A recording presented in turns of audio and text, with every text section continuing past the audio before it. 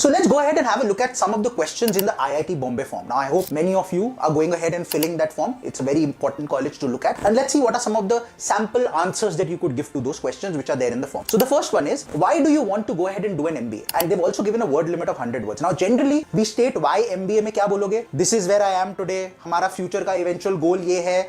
यहाँ से वहाँ अगर मुझे जाना है, most efficient way might be through an MBA. So इसलिए मुझे MBA करना है. That's the way. अब 100 words में अगर मेरे को ये बताना है, you need to be succinct. Talk in about 20-25 words where you are as of today, in about 25-30 words what your long-term goal is, and in about 40 to 50 words why MBA is the ideal way of going ahead and achieving that long-term goal. That's the way you should structure it. Let's look at the second question. It talks about whether you hold any position of responsibilities, and you have to write them in descending order of importance. That means the most important to the least important. Again, this is very, very easy. POR could be anything. It could be an activity that you've gone ahead and organized, and you were the head of a committee. It could be that you went ahead and played cricket at the state level, you were the captain, or you've just gone ahead and played. That's a good enough thing. So any of those things that you've gone, it's a position of responsibility. So keep that in mind. Anything where you can showcase that you headed a team or you were heading a team and there were certain set of people whose performance or whose output was a reflection of who you were as an individual, that's basically what will find a mention in the POR. Let's look at the third one. What does it state? What are your hobbies and interests? Now hobbies and interests, very simple question.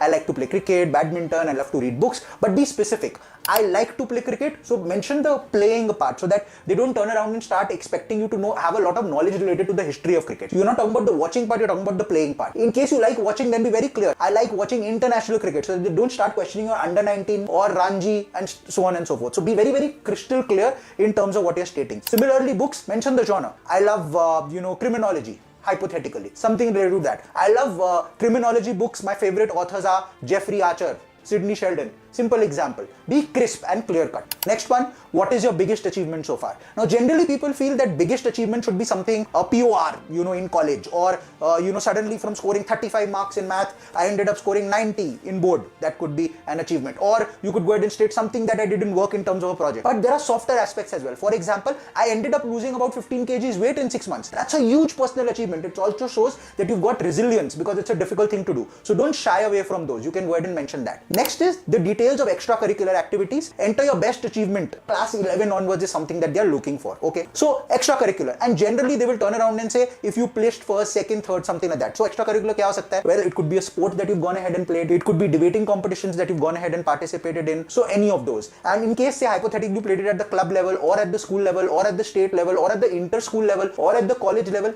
ensure that you go ahead and mention that very clearly. The one which is at the highest level should be the first, and then you should go down. That's the ideal way to approach it. Next, let's look at what we have. Choose any two areas of academic interest, among the following. So there'll be a list. So any two areas of academic interest. The ideal way to go about it is, the two where you know that your knowledge is the most. Go ahead and choose those where if cross question comes, I'll be able to handle it with ease and not something that I'm afraid of. And finally, the last question, any other remarks pertaining to your education and work experience? This is simple. Anything else that you think can add on to your profile, which you want to be questioned on, or which you feel will hold you in good stead vis-a-vis the interview, you can go ahead and mention here. That's about it. Hopefully this helps you.